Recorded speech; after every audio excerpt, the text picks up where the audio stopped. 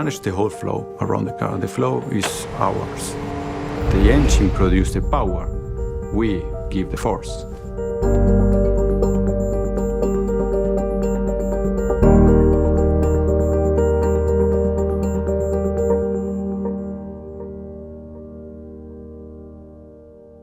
Aerodynamics is about the efficiency. Not only a streamlined vehicle, a streamlined shape, a penguin, but if you want to have very fast corners, you must have downforce. That means you need to apply a lot of forces on the tires so as the car sticks on the ground. So aerodynamics is the control of the flow, not only around the vehicle but through the vehicle, to have the right amount of downforce with the lowest resistance of the air. And this must be optimized to the edge.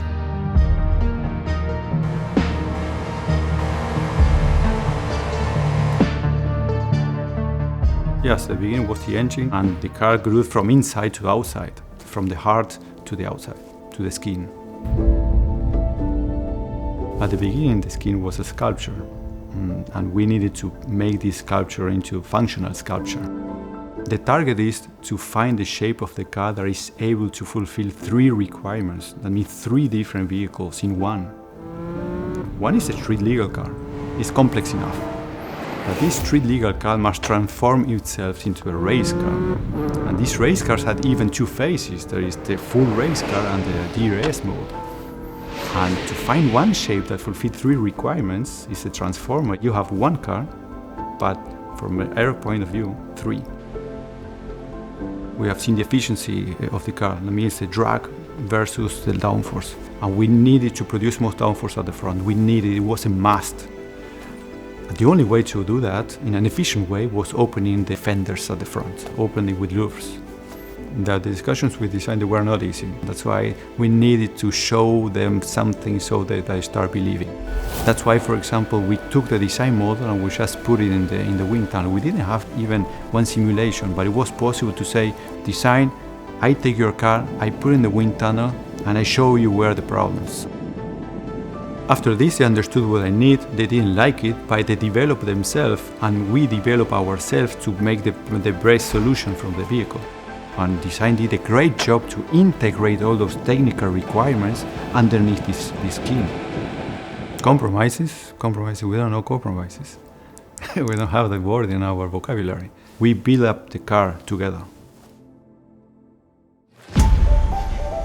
With very few aerodynamic features, we produce massive downforce and massive increase of performance. With very few.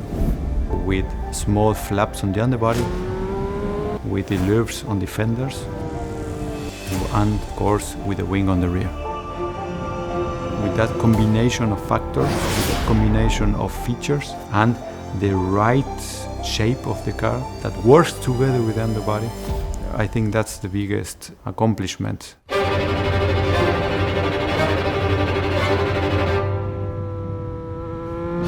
What all drivers will notice is the right balance of the vehicle. Because in the 3 modes, the car had the right balance, the right amount of downforce on the front and the rear axle. And this is what the drivers are feeling.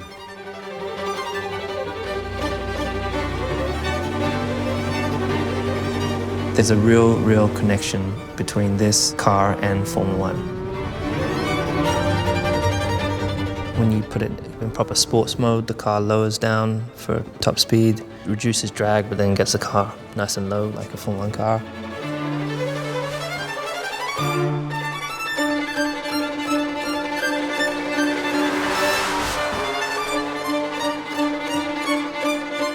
It has DRS, so you really get the power that you would have on the race car.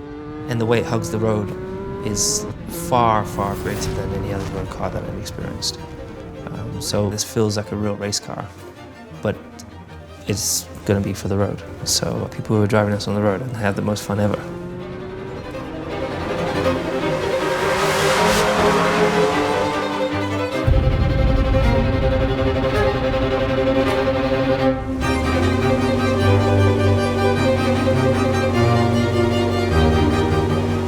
This aerodynamic development is like an orchestra, it's like a big symphony. Every single instrument must hear the other one. The combination of all of them, they produce this symphony.